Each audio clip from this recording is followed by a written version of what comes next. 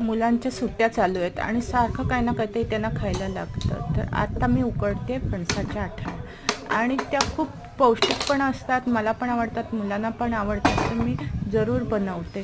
तर तुम्ही पण बघा, तुम्हाला पण आवडतील आणि पौष्टिक असतात आणि उन्हाळ्यात ह्या खायला पण खूप चांगल्या असतात. तर नक्की ट्राय करा आणि कमेंट करा कोणाकोणाला आवडतात आणि कोण कोण अशा उकडून खातात ते नक्की सांगा. थँक्यू.